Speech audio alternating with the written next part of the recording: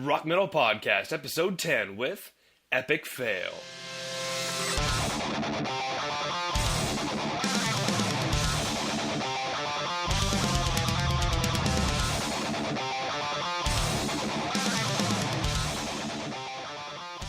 Fantastic. All right, Rock Metal Nation, I've got on the line today Carl from Epic Fail, a melodic metal band from South Wales in the UK. I'm super stoked to have Carl on. And Carl, welcome to the show. Hey man, how's it going? Going fantastic, man. How are you today? Awesome, man. Awesome, yeah. Fantastic. All right, Carl, why don't you tell us a bit about yourself and what got you into music? I'm a lead singer of Epic Fail, obviously, and I was brought up with music from Guns N' Roses to Queen, and it just then to rap music, then to the new metal scene, and then melodic metal, the Scandinavian music, and that's where Epic Fail progressed from then. Oh, wow. Yeah, and I can hear a lot of those influences in there, and it's something that you mentioned that I don't think is very common, at least in North America, with a lot of metalheads as well. Also, when talked into other different styles of music other than just, rock and metal as well. And I'm quite sure that that plays a huge influence in your ability to produce even better music than you could if you just stayed into one genre. Yeah. We got influences from everything, so that's what makes our music different, and that's why we love doing what we do. Fantastic. How did you guys end up meeting, or at least the core group of guys who were the main songwriters for Epic Fail? We've known each other since we were 4 years old, and we're in our 20s now, and we went to the Download Festival, and I said to the guitarist, Richard Smith, why don't we get a band together like All That Remains? I was like, yeah, let's go. Yeah. The Scandinavian influences like Children of Bodom and In Flames, let's have a go. And that was back in 2009. And then we released our EP, Filthy as Sin, which is available on Reverb Nation /Epic Fail 616. And we went on hiatus then for 3 years, and we recruited two others. We kept our old bass player, which is Jay Stew, and now we have Danny and Chris. Danny on guitar and Chris on drums, and it's amazing. Yeah, I love how you just went it's like being born again. Yeah, it's like you guys have known each other for a long time, which is important, to have that brotherhood, that camaraderie, and then being at the Download Festival and just being inspired by all these other bands around you, saying, hey, why don't we do something like that so we can leave our mark on the world? And that's what we have to do. Love it. And speaking of doing so, what inspired the name Epic Fail? A long story. I was at Bloodstock Festival in the UK, and I thought I seen on someone's hands that he had Epic Fail. It was the guitarist, the first guitarist of Cradle of Filth. I thought he had Epic Fail tattooed on his knuckles. Apparently it wasn't, but I just took that name then. Yeah. All right.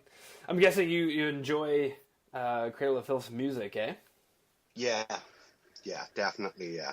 Fantastic. What is it, the tattoo, then? Because I don't know. What if it's not Epic, if it's not Fail, what is it?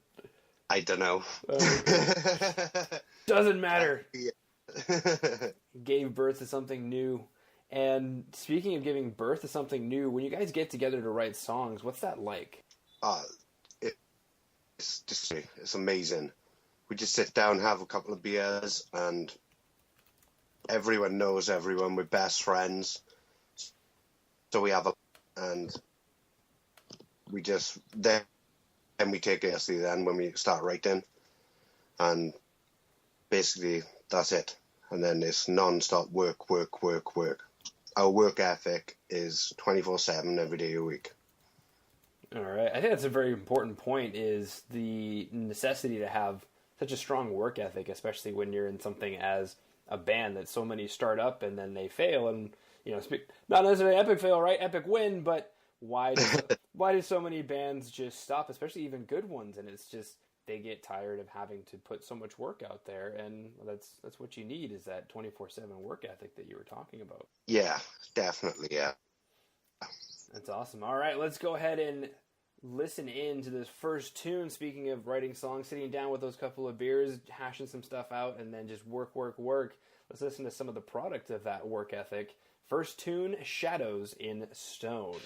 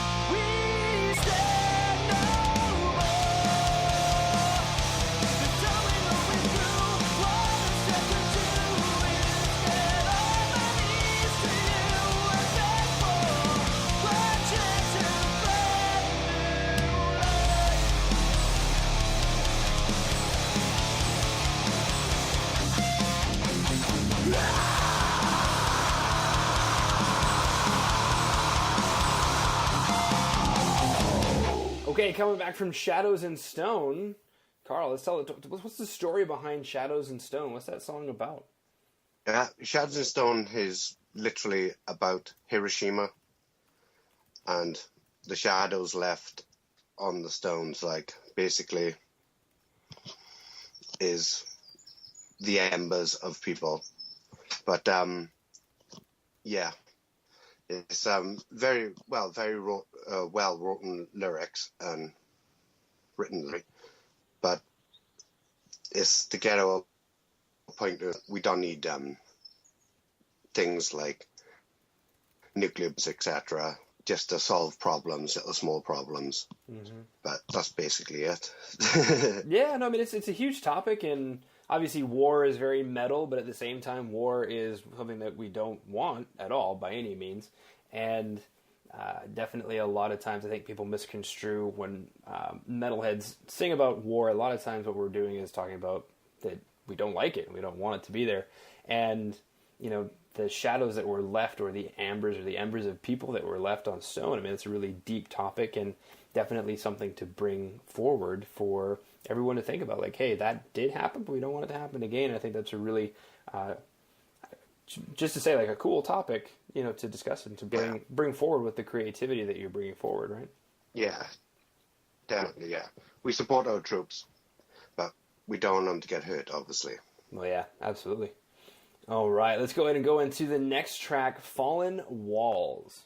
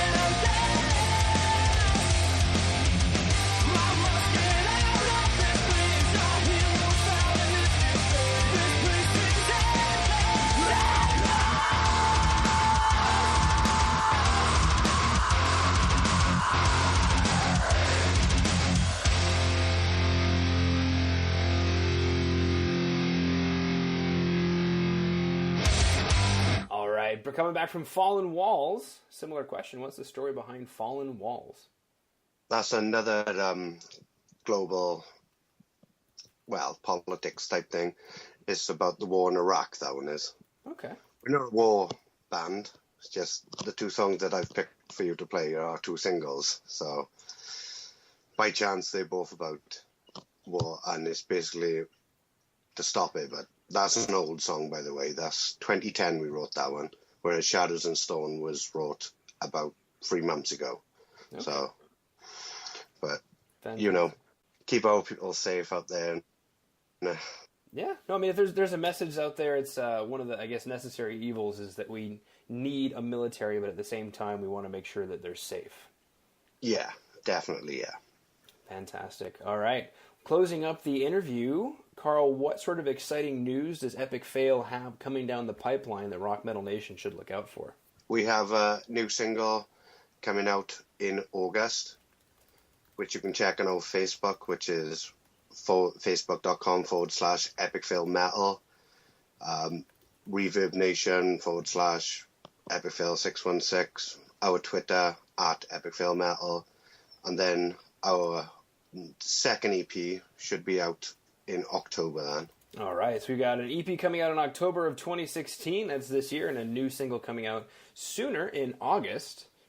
That's actually when this interview is going to be airing, it's probably going to be in August, so this month they're going to have the new single coming out, and therefore Rock Metal Nation, go ahead and look out for those two things coming from Epic Fail. Now, Carl, you did mention Facebook and Twitter and Reverb Nation. My next question is, how can Rock Metal Nation find out more about you? Is there like a central website that they should go to, or just that Facebook and that Twitter and that Reverb Nation that you mentioned? We also have a MySpace, if anyone uses MySpace anymore. Power to MySpace! There we go. But that's the same as well, / obviously myspace.com /Epic Fail 616. But no one uses MySpace, so. And there's Instagram as well. Hey, so. Girls use Instagram, and if girls use Instagram, then there's bound to be, I don't know, I like girls, so girls are good. Yeah, awesome. We love girls. Exactly. Right. Fantastic. So, Rock Metal Nation, go ahead and tune in on your favorite social media channel, because Epic Fail is conquering social media. They're available at Facebook, Twitter, Instagram, MySpace for you MySpace aficionados, and Reverb Nation as well. And so for the most part, just head over to your favorite social media channel, look up Epic Fail, and you can go ahead and subscribe, like, follow. Each have their own thing, whatever it is, to keep up to date with what's going on with Epic Fail. Carl, unless you have anything else you want to throw out there for Rock Metal Nation, I just wanted to thank you for taking time out of your day to come on and share your creativity with Rock Metal Nation. Yeah, that's about it. Fantastic.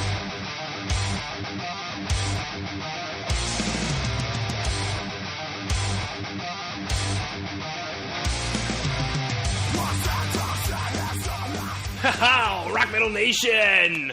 What is up? If you want to hear more from Epic Fail, if there's anything that you heard in the episode that you didn't have a chance to jot down, do check out www.therockmetalpodcast.ca. There you can find all of the show notes for everything that was heard in today's episode. Until then, Rock Metal Nation, rock on.